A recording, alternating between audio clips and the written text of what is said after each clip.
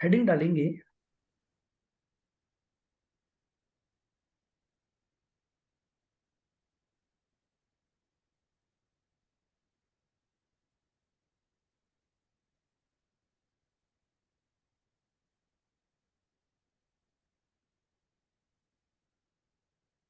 Currency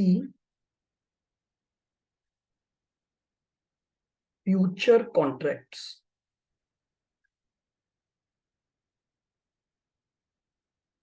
currency future contracts.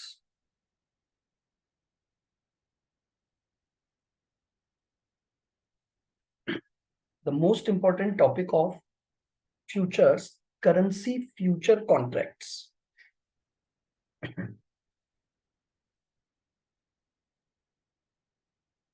लिखें point number 1।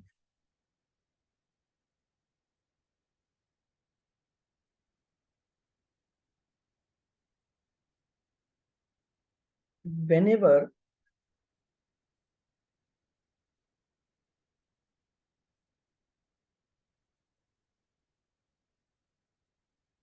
any person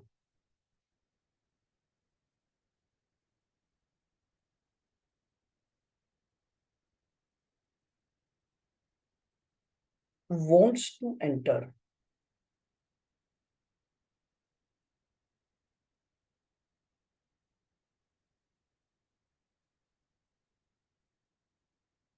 for future contracts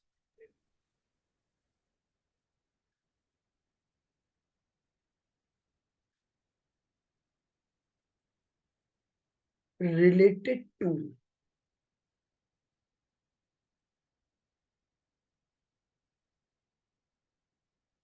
currency,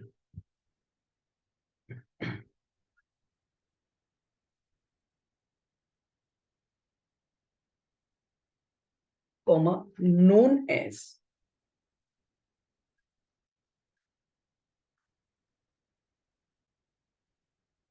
currency future contract।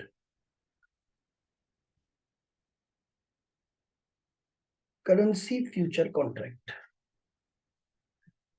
अगर आप future का कोई contract currency के रेस्पेक्ट में करने की बातें कर रहे हैं तो उस कॉन्ट्रैक्ट को हम क्या बोलेंगे? करेंसी फ्यूचर कॉन्ट्रैक्ट बोलेंगे।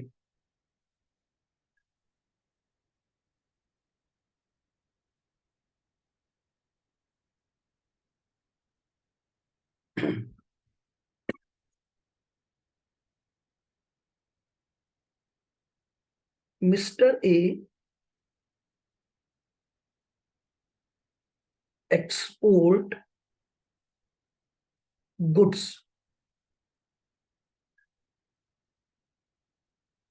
Worth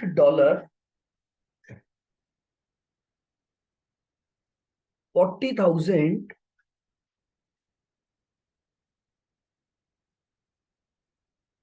receivable in 3 month time। Mister A ने गुड्स एक्सपोर्ट किया है $40,000 का, जो कि उन्हें 3 महीने में मिलने वाला है, तो फ्यूचर में मिलने वाला है। अब अगर मिस्टर ए इन डॉलर को लेकर कोई भी फ्यूचर कॉन्ट्रैक्ट कर रहे हैं तो उस कॉन्ट्रैक्ट को क्या कहा जाएगा? करेंसी फ्यूचर या dollar future.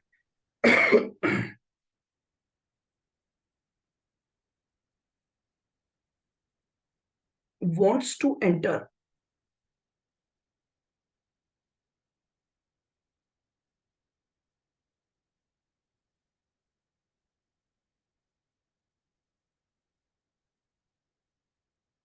future contract of dollar known as dollar future contract.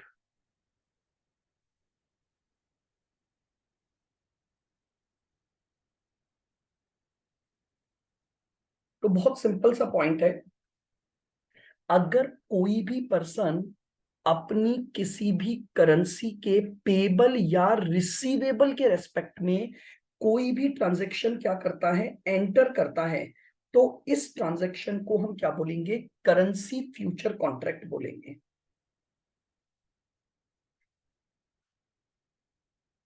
लिखें पॉइंट नंबर 2।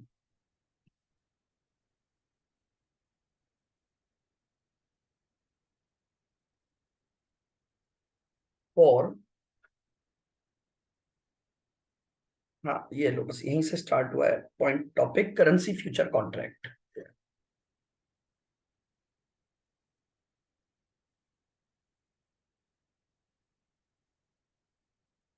लिखें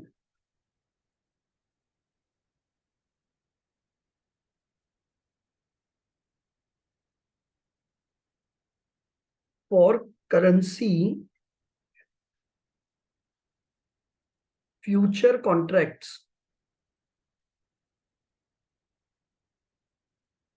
for currency future contracts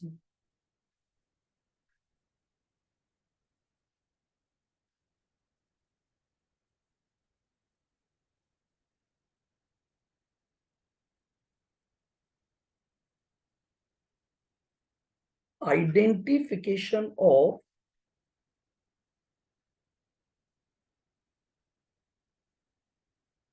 underlying currency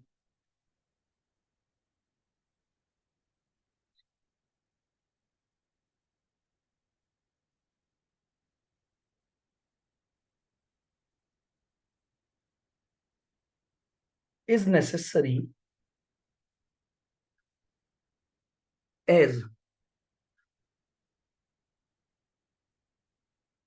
future contracts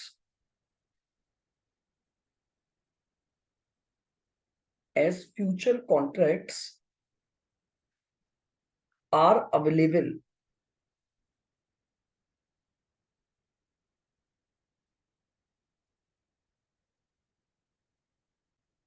only for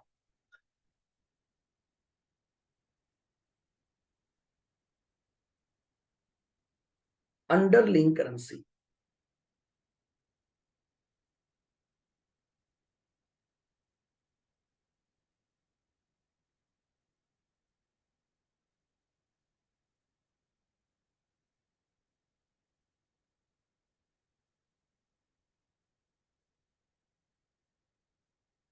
Underlying currency means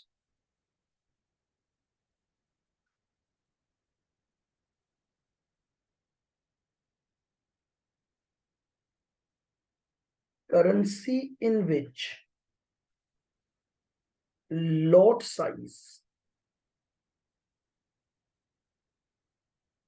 is given।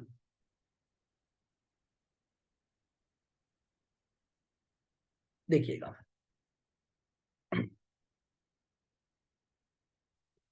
थोड़ा सा point को समझना है। अब यहां पर आकर आपको करेंसी फ्यूचर का कोई भी कॉन्ट्रैक्ट अगर आपको करना है, तो आपको सबसे पहले ये आइडेंटिफाई करना होगा कि आपकी अंडरलिंग करेंसी कौन सी है। अंडरलिंग करेंसी कौन सी है, क्यों जरूरी है? क्योंकि फ्यूचर कॉन्ट्रैक्ट केवल और केवल अंडरलिंग करेंसी का ही किया जा सकता है। अंडरलिंग करेंसी का मतलब है वो करेंसी जिसका लॉट साइज गिवन है। अब ये क्या हुआ वो समझना, थोड़ा सा पहले सुनेंगे। देखिए, as per the future contracts, आपके जो फ्यूचर कॉन्ट्रैक्ट होते हैं ना, वो एक्सचेंज ट्रेडेड कॉन्ट्रैक्ट होते हैं, तो वहां पर आप अपनी मर्जी से जाकर कॉन्ट्रैक्ट नहीं कर सकते। What does it mean?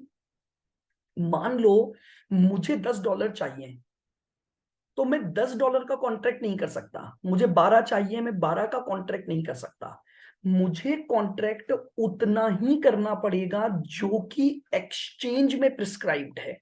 Lot size का मतलब होता है volume of transaction specified by stock exchange.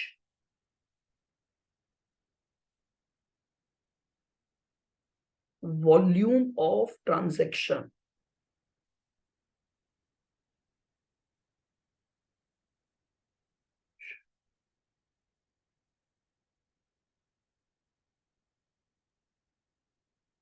Specified by exchange.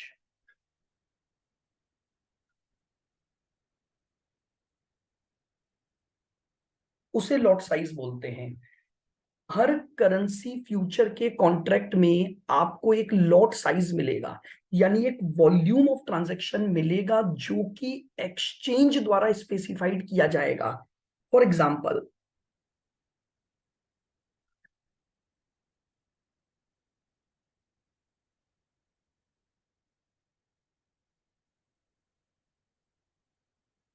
मान लीजिए आपको दे रखा है, लॉट साइज है $5,000। तो व्हाट डज इट मीन, अगर आप डॉलर का कोई भी फ्यूचर कॉन्ट्रैक्ट करते हैं तो वो 5,000 के मल्टीपल में ही होगा आपका, वो आपका 5,000 के मल्टीपल में ही होगा। वन फ्यूचर कॉन्ट्रैक्ट का जो वॉल्यूम है वो $5,000 होगा। वन कॉन्ट्रैक्ट जो आप करोगे फ्यूचर का, उसका जो वॉल्यूम होगा वो क्या होगा, $5,000 होगा। तो बात समझ में आई कि आपको करेंसी फ्यूचर कॉन्ट्रैक्ट में अंडरलिंग करेंसी को पहचानना पड़ेगा, और अंडरलिंग करेंसी को पहचाना जाता है जिस करेंसी में लॉट साइज गिवन है। लॉट साइज का मतलब होता है volume of transaction which is specified by the exchange. कभी भी आप जब करेंसी फ्यूचर के कॉन्ट्रैक्ट करोगे तो वहां पर आपको एक वॉल्यूम ऑफ ट्रांजैक्शन दिया जाएगा पर कॉन्ट्रैक्ट का। अगर मान लीजिए, अब जैसे मैं आपको ये बोलूं कि मुझे $40,000 चाहिए और एक कॉन्ट्रैक्ट के द्वारा मैं $5,000 में ट्रेड कर सकता हूं, तो मुझे नंबर ऑफ कॉन्ट्रैक्ट्स कितने लेने पड़ेंगे, मुझे 8 नंबर ऑफ कॉन्ट्रैक्ट लेने पड़ेंगे, तब जाकर मुझे मेरी जो डिजायर्ड करेंसी है वो मिलेगी। नहीं श्रद्धा, अंडरलिंग करेंसी का मतलब है एक्सचेंज ने कौन सी करेंसी के कॉन्ट्रैक्ट को स्पेसिफाई कर रखा है, एक्सचेंज ने कौन से कॉन्ट्रैक्ट को स्पेसिफाई कर रखा है। एक्सचेंज ने जो वॉल्यूम ऑफ ट्रांजैक्शन बता रखा होगा उस करेंसी को अंडरलाइन करेंसी बोलेंगे। देखो कैसे,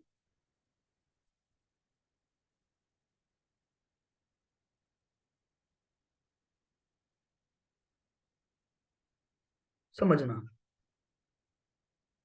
mister A import goods pound 40,000 from UK. ठीक है, मिस्टर ए ने इंपोर्ट किया है 40,000 पाउंड का गुड्स। कहां से, यूके से।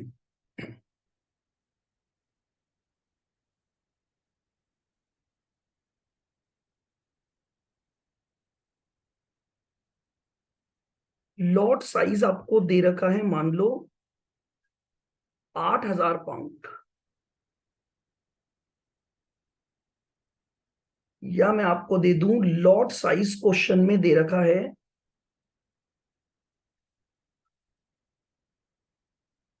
40,000 रुपए।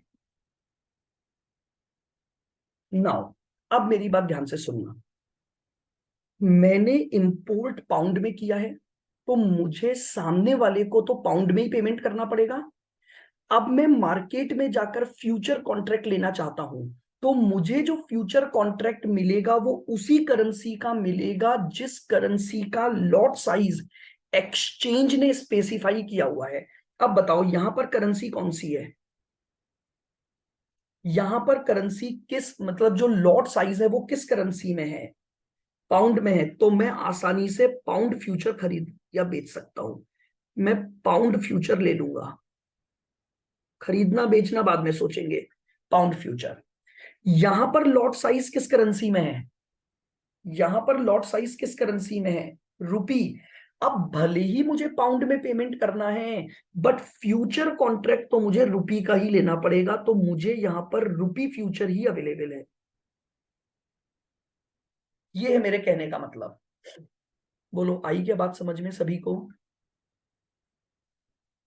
करेंसी फ्यूचर कॉन्ट्रैक्ट में ये आइडेंटिफाई होना बहुत जरूरी है कि अंडरलाइंग करेंसी कौन सी है। The reason being future contracts केवल अंडरलाइंग करेंसी के ही किए जा सकते हैं। फ्यूचर कॉन्ट्रैक्ट्स केवल अंडरलाइंग करेंसी के होंगे। और अंडरलाइंग करेंसी पहचानोगे कैसे? वो करेंसी जिसमें लॉट साइज गिवन है, जिसमें एक वॉल्यूम ऑफ ट्रांजैक्शन गिवन है। Volume of transaction specified by exchange पर कॉन्ट्रैक्ट, पर कॉन्ट्रैक्ट, इसे बोलते हैं लॉट साइज, इसे बोलते हैं लॉट साइज। तो जिस करेंसी में लॉट साइज गिवन होगा, केवल उसी करेंसी में हम कॉन्ट्रैक्ट कर सकते हैं, और उस करेंसी को हम क्या बोलते हैं? अंडरलाइन करेंसी बोलेंगे। बताओ, क्या पॉइंट नंबर 2 बिल्कुल क्लियर है सबको?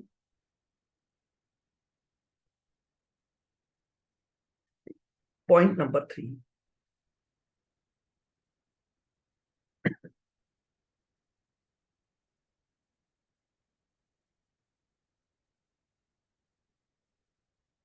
In India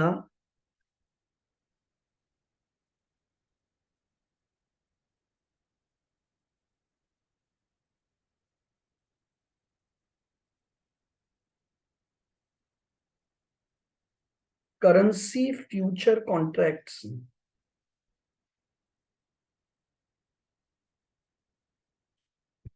in India currency future contracts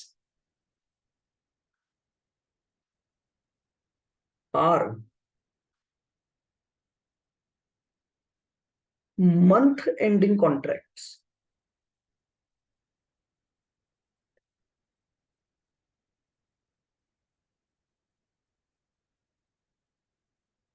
month ending contracts, that is 1 month, 2 month, 3 month से लेकर 12 month।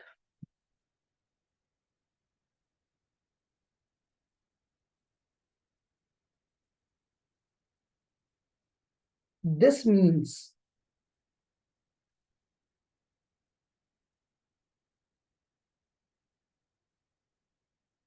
expiry date of future contract,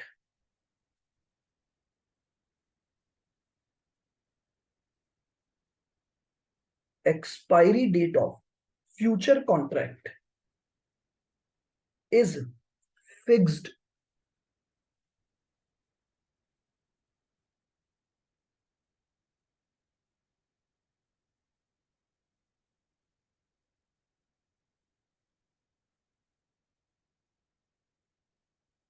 by the exchange, that is last working day।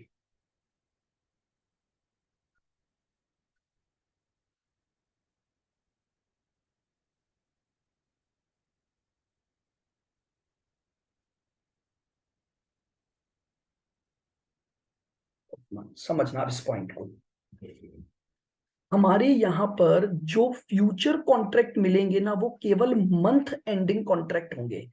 यानी exchange ने already future contract की expiry date decide कर रखी है। क्या मतलब है इसका, वो समझना। देखो,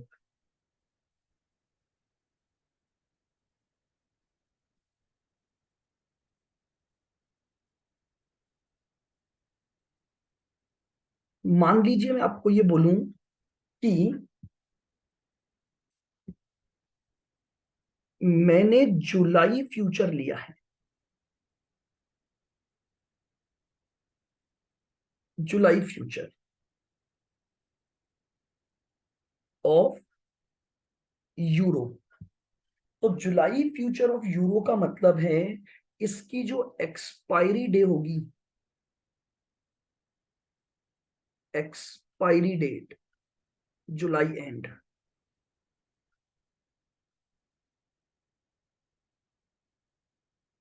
जुलाई एंड होगी। जुलाई का जो लास्ट वर्किंग डे होगा वही इसकी क्या बनेगी? एक्सपायरी डेट बनेगी। अब जैसे समझना,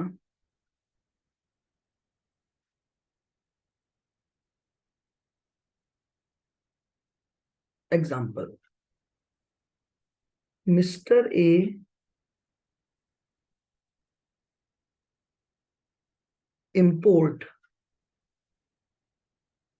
goods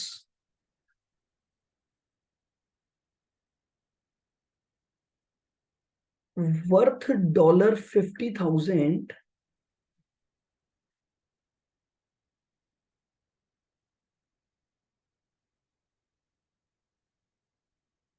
which is to be settled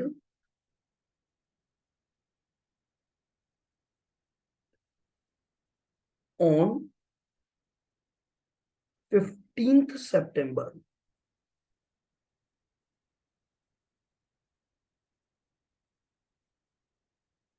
आई बात समझ में? अब एक समस्या आ गई कि मिस्टर ए ने एक गुड्स इंपोर्ट किया है और एज पर द एग्रीमेंट 15 सितंबर के दिन क्या होता है, वो सेटल होना है।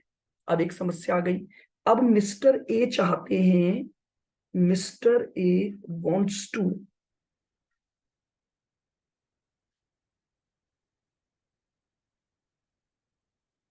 Enter into dollar future contract, into dollar future contract.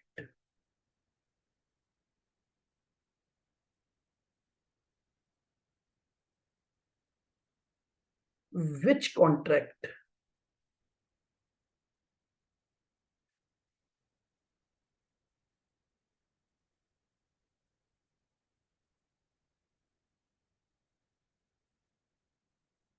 must be entered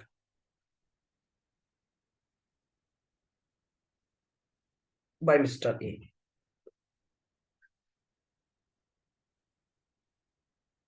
अब एक समस्या आ गई, उसको अपने कॉन्ट्रैक्ट को सेटल करना है 15 सितंबर, बट इंडिया में एक समस्या है, 15 सितंबर का कॉन्ट्रैक्ट नहीं मिल सकता, क्योंकि हमारे यहां पर करेंसी फ्यूचर कॉन्ट्रैक्ट केवल मंथ एंडिंग कॉन्ट्रैक्ट होते हैं।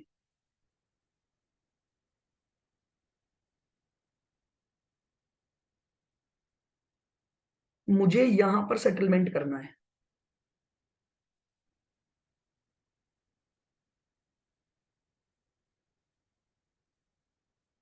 15 सितंबर को सेटलमेंट करना है। बट समस्या क्या है कि 15 सितंबर का कॉन्ट्रैक्ट मुझे नहीं मिलेगा। आप रीजन समझ रहे हैं? करेंसी फ्यूचर कॉन्ट्रैक्ट हमारे को जो इंडिया में मिलेंगे वो हमेशा मंथ एंडिंग ही मिलेंगे। हम केवल ऐसे ही कॉन्ट्रैक्ट्स में एंटर कर सकते हैं जो मंथ एंडिंग होंगे। अब बताओ क्या करूं, कौन सा कॉन्ट्रैक्ट करूं, कि जो मैं कौन से मंथ का कॉन्ट्रैक्ट करूं कि मेरे पास 15 सितंबर का कॉन्ट्रैक्ट उसमें क्या हो जाए, कवर हो जाए। अगस्त, अगर आप अगस्त का कॉन्ट्रैक्ट करोगे तो आपकी रिस्क तो 15 सितंबर तक है ना, तो रिस्क कवर ही नहीं हुई। हम एक्चुअली में फ्यूचर कॉन्ट्रैक्ट इसलिए कर रहे हैं ताकि हमारी जो रिस्क है वो कवर हो जाए, कि जब हम सेटलमेंट करें तो हमारी जो रेट है वो फिक्स्ड हो जाए। अब अगर आपने अगस्त एंडिंग कॉन्ट्रैक्ट कर लिया तो आपके साथ एक समस्या हो गई कि आपकी सेटलमेंट डेट तो बाद में है, तो रिस्क कवर ही नहीं हो पाई। बिल्कुल, तो अब इसका रूल क्या दिया गया,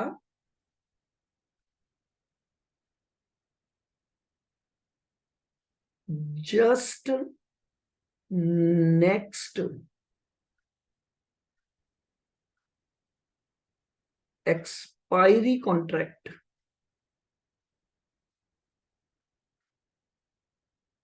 मस्ट बी एंटर्ड।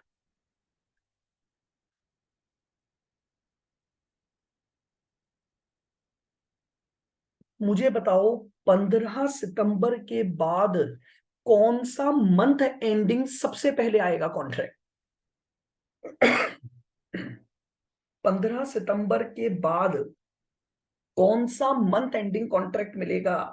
बिल्कुल सही आंसर। तो मैं क्या कर लूंगा, सितंबर फ्यूचर ले लूंगा।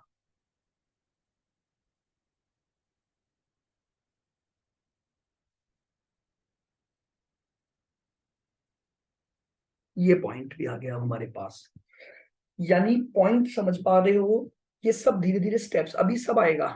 बिल्कुल अर्ली सेटलमेंट करेंगे, अभी सब समझेंगे, अपन एक एक पॉइंट टू पॉइंट रूल पढ़ रहे हैं, बस फिर यही पॉइंट टू पॉइंट स्टेप्स बनती जाएंगी आपके पूरे क्वेश्चन को सॉल्व करने की। तो बात को समझना, इंडिया में जो फ्यूचर कॉन्ट्रैक्ट होंगे वो मंथ एंडिंग होंगे।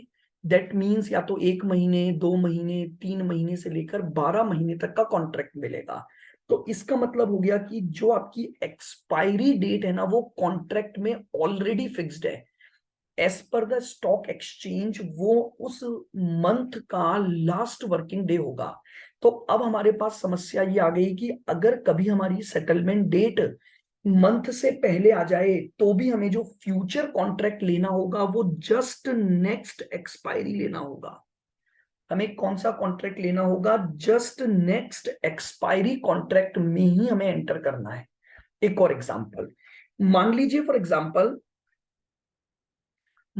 फॉर एग्जांपल मेरा ट्रांजैक्शन 15 जनवरी को सेटल होना है या मेरा ट्रांजैक्शन 20 जनवरी को सेटल होना है। बताओ, अगर मेरा सेटलमेंट 20 जनवरी को होना है तो मुझे कौन सा फ्यूचर कॉन्ट्रैक्ट लेना पड़ेगा उसको कवर करने के लिए? जनवरी एंड यानी जनवरी फ्यूचर ले लूंगा। आ रहा है? पॉइंट टू पॉइंट समझना, देखो बहुत इजी लगेगा। एक एक कॉन्सेप्ट को अगर समझते हुए चलोगे तो बहुत इजीली आपको समझ में आएगा। तो वापस से एक बार मैं बताता हूं मैंने क्या क्या पॉइंट बोल दिए। रूल नंबर 1, आप जो करेंसी फ्यूचर कॉन्ट्रैक्ट लोगे वो केवल और केवल आपको अंडरलाइन करेंसी का ही मिलेगा। यानी आपको जो भी फ्यूचर कॉन्ट्रैक्ट लेना है वो केवल और केवल किसका मिलेगा? Underline currency. अंडरलाइन करेंसी का मतलब क्या हो गया? अंडरलाइन करेंसी का मतलब हो गया वो करेंसी जिस करेंसी में लॉट साइज गिवन है। लॉट साइज का मतलब हो गया volume of transaction specified by the exchange पर कॉन्ट्रैक्ट, कि अगर आप एक कॉन्ट्रैक्ट लेते हो तो उसके द्वारा कितनी करेंसी को खरीद या बेच सकते हो। ये सबसे इंपॉर्टेंट पॉइंट है, लॉट साइज वाली करेंसी का ही फ्यूचर कॉन्ट्रैक्ट मिलेगा। दूसरा, हमारे यहां पर जो भी फ्यूचर कॉन्ट्रैक्ट होंगे वो मंथ एंडिंग कॉन्ट्रैक्ट आपको लेने पड़ेंगे। 1 month ending, 2 month ending, 3 month ending and so on.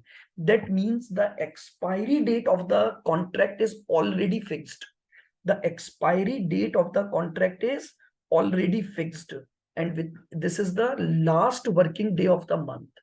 तो हमेशा ध्यान रखना, आपको इस तरह से कॉन्ट्रैक्ट करना है कि आपका जो सेटलमेंट डेट है वो कवर हो जाए। दैट मीन्स मुझे अगला एक्सपायरी कॉन्ट्रैक्ट एंटर करना पड़ेगा। यानी अगर मैंने मंथ एंडिंग ही लिया तब तो कोई दिक्कत ही नहीं है। जैसे मान लो मेरी सेटलमेंट डेट ही 31 अगस्त है, मेरी सेटलमेंट डेट ही 30 जून है, लेकिन समस्या तब आएगी जब इन बिटवीन द मंथ अगर आपकी सेटलमेंट डेट आ रही है। तो ऐसी सिचुएशन में आपको ध्यान रखना है कि सेटलमेंट डेट के जस्ट बाद वाला सेटलमेंट डेट के जस्ट बाद वाला जो फ्यूचर कॉन्ट्रैक्ट होगा आपको उसी फ्यूचर कॉन्ट्रैक्ट में एंटर करना है। आइए point number 4।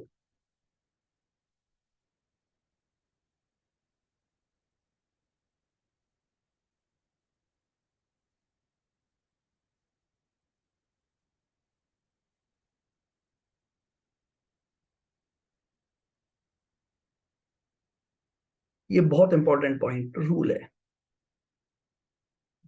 Currency future contracts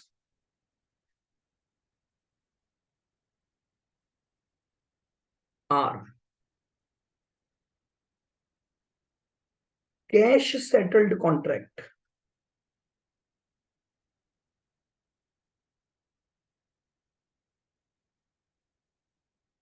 are cash settled contracts.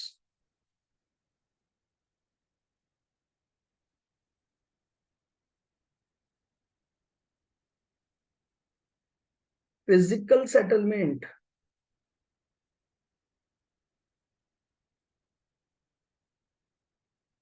Physical settlement is not allowed.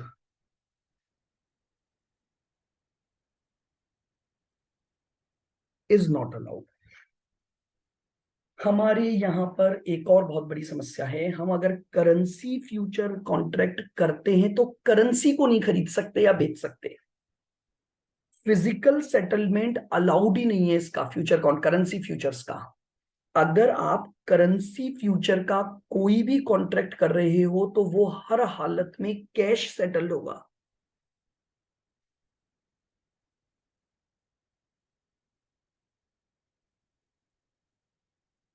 Cash settled contract होगा।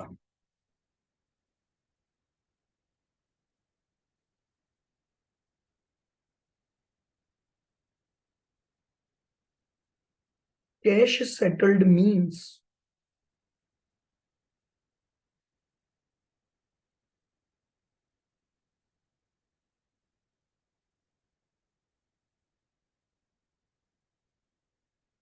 Difference in exchange rates.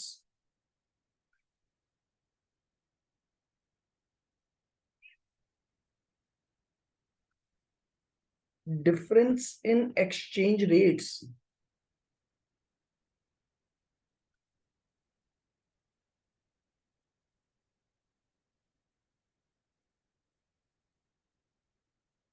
Must be settled in cash. Cash settled का मतलब होता है कि आपका जो एक्सचेंज रेट का डिफरेंस होगा जिस दिन आप सेटलमेंट करने जा रहे हो वो कैश में सेटल्ड होगा। इसके द्वारा न तो आप डॉलर खरीद सकते हो न डॉलर बेच सकते हो। फॉर एग्जाम्पल, आपने लिया तो डॉलर फ्यूचर है, लेकिन प्रॉब्लम यह है कि वो डॉलर फ्यूचर कॉन्ट्रैक्ट आपको डॉलर नहीं दिलाएगा। आपको उस डॉलर फ्यूचर की वजह से अगर फायदा हुआ तो आपको कैश मिल जाएगा, और अगर आपको नुकसान हुआ तो आपको कैश देना पड़ेगा। तो फ्यूचर कॉन्ट्रैक्ट जो होंगे करेंसी के वो केवल और केवल कैश सेटल्ड कॉन्ट्रैक्ट होंगे। यानी किसी भी प्रकार से physical settlement of currency allow नहीं होगा।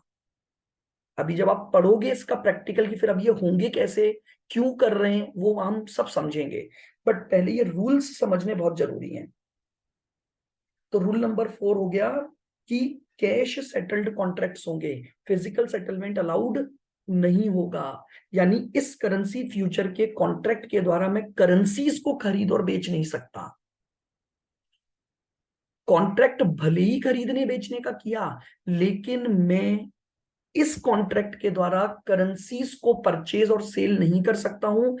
ये कॉन्ट्रैक्ट प्योरली कैश में सेटल होंगे। हम केवल सेटलमेंट जब करेंगे तो डिफरेंस अमाउंट कैश में आ जाएगा। वो डिफरेंस किन चीजों का होगा वो लेटर ऑन पढ़ेंगे, बट ध्यान रख लेना, करेंसी फ्यूचर का कोई भी कॉन्ट्रैक्ट फिजिकल सेटल नहीं होता है।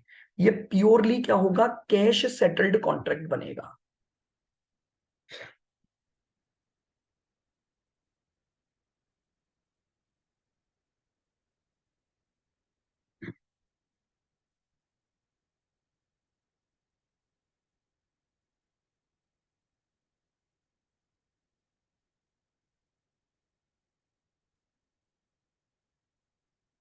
The important date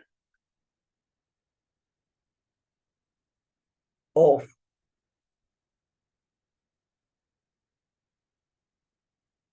currency futures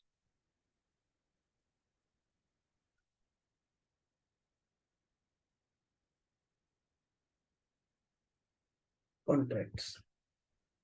currency future contracts में 3 इंपॉर्टेंट डेट हैं जिनका हमें ध्यान रखना पड़ता है।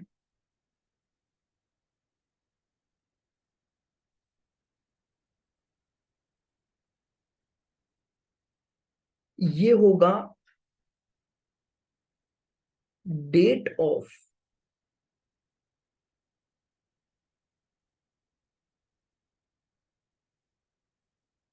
Entering into future contracts.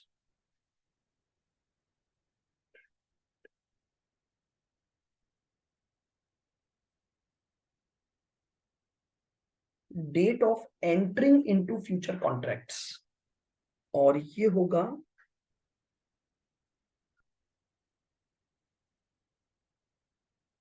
Expiry date of future contract. तो एक डेट तो हो गई जिस डेट को आप फ्यूचर कॉन्ट्रैक्ट में एंटर करोगे, और एक डेट हो गई जो उस फ्यूचर कॉन्ट्रैक्ट की एक्सपायरी डेट होगी, और तीसरी डेट होगी डेट ऑफ सेटलमेंट।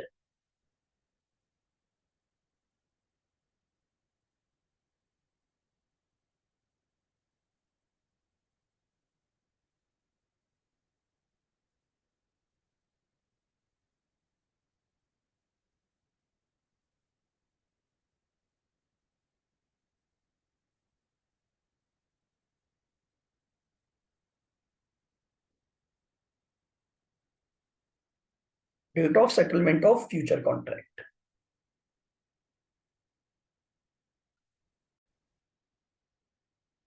आइए, तो पॉइंट को समझना है कि हमारे पास है date of settlement of future contract. तीन इंपॉर्टेंट डेट्स हैं जिनको आपको आइडेंटिफाई रखना होगा।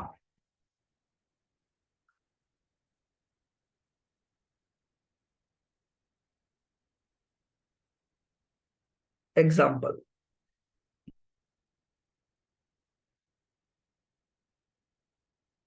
Mister A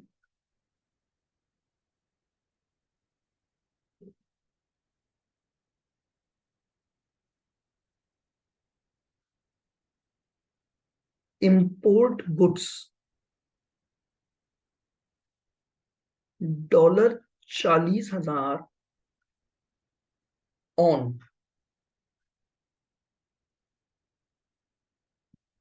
mister A import goods $40,000 on 1 January 23,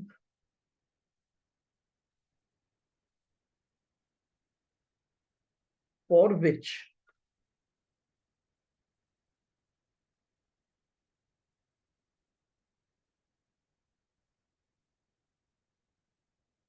payment is to be made on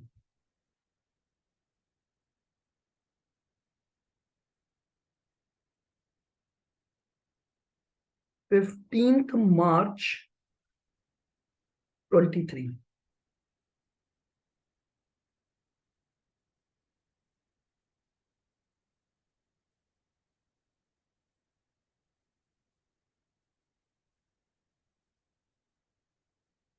following future contracts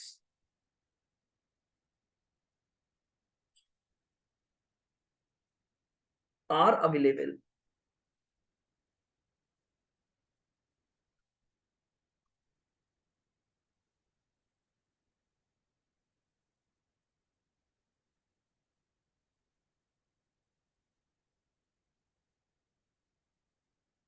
April future,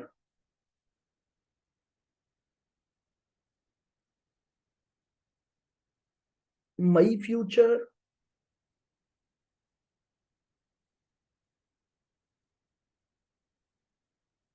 और June future.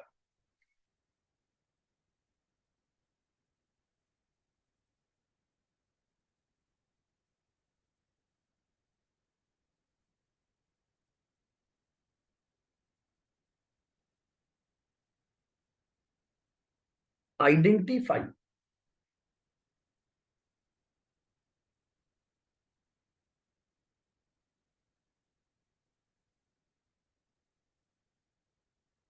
Dates for future contract. ये देखिए, छोटा सा एग्जांपल है। 1 जनवरी को आपने कोई गुड्स इंपोर्ट किया है जिसका पेमेंट 15 मार्च को करना है। अब आपके पास जो फ्यूचर अवेलेबल है वो अप्रैल फ्यूचर, मई फ्यूचर और जून फ्यूचर अवेलेबल है।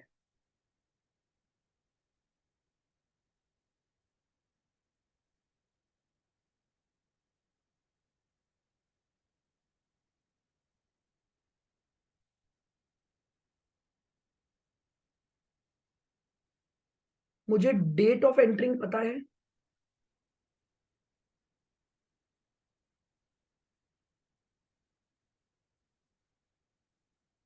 मैं कॉन्ट्रैक्ट में एंटर करूंगा 1 जनवरी 2023 को। मुझे डेट ऑफ सेटलमेंट भी क्वेश्चन में मिल गई।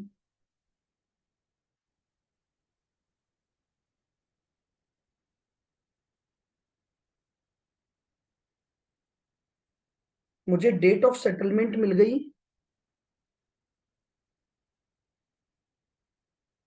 15 मार्च 2023। नाउ मंथ एंडिंग चाहिए मुझे अब यहाँ।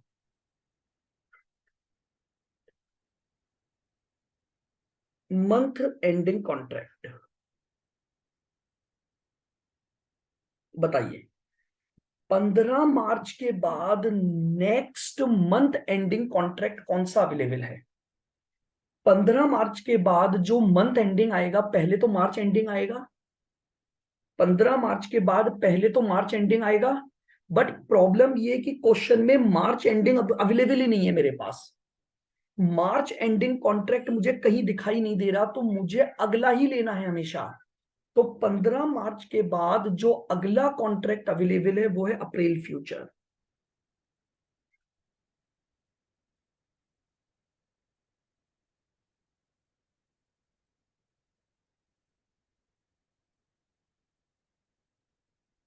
अप्रैल फ्यूचर कॉन्ट्रैक्ट।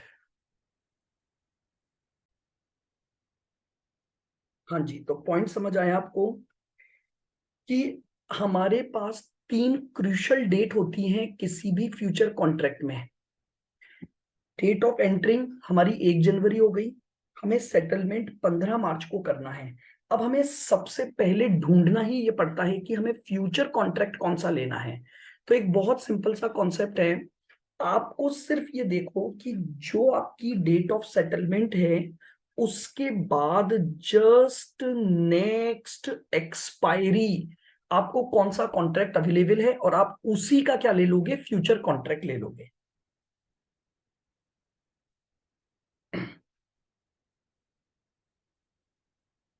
बताइए, क्या ये सारे रूल्स बिल्कुल क्लियर हैं यहां तक के? हमेशा लॉट साइज वाली करेंसी का कॉन्ट्रैक्ट लोगे, मंथ एंडिंग कॉन्ट्रैक्ट लोगे, यानी जस्ट नेक्स्ट एक्सपायरी। अभी एक पॉइंट और डिस्कस करना है, कैश सेटलमेंट वाला, कि ये कैश सेटल्ड कॉन्ट्रैक्ट होंगे।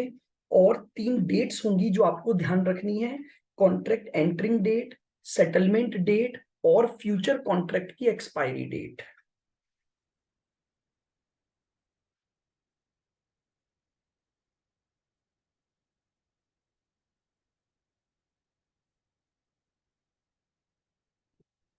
एक लास्ट पॉइंट लिख लो।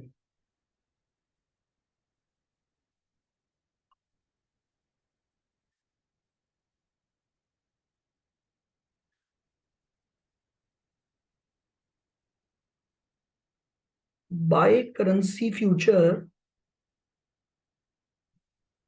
Versus sell currency future.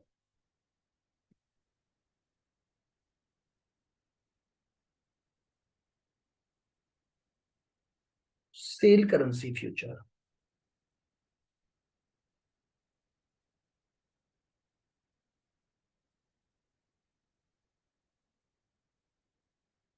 Buy currency future versus sell currency future. अब इसको पहले समझ लो, फिर लिख लेंगे हम बाद में। बाय करेंसी फ्यूचर का मतलब हो गया किसी पर्टिकुलर करेंसी को बाय करने का फ्यूचर कॉन्ट्रैक्ट। और सेल करेंसी फ्यूचर हो गया कि किसी भी पर्टिकुलर करेंसी को बेचने का कॉन्ट्रैक्ट। और वो पर्टिकुलर करेंसी कौन सी होगी? अंडरलाइंग करेंसी होगी। हमेशा ध्यान रखना, अगर मुझे, अब ध्यान से मेरी इस लाइन को सुन लेना, रूल को। अगर मुझे अंडरलाइंग करेंसी खरीदनी है तो मैं बाय करेंसी फ्यूचर करूंगा। और अगर मुझे अंडरलाइंग करेंसी को बेचना है तो मैं सेल करेंसी फ्यूचर कॉन्ट्रैक्ट लूंगा। हमेशा बस एक लाइन याद रख लेना, कोई भी करेंसी फ्यूचर कॉन्ट्रैक्ट केवल और केवल अंडरलाइंग करेंसी के लिए ही मिलेगा। अगर आपको अंडरलाइंग करेंसी को खरीदना है तो बाय करेंसी फ्यूचर, और अगर आपको अंडरलाइंग करेंसी को बेचना है तो आपको सेल करेंसी फ्यूचर लेना पड़ेगा। याद रहेगी ये लाइन? अंडरलाइंग करेंसी को खरीदना है तो buy currency future, underlying currency को बेचना है तो sell currency future. Reason being हमें कॉन्ट्रैक्ट केवल और केवल अंडरलाइंग करेंसी का ही मिलेगा।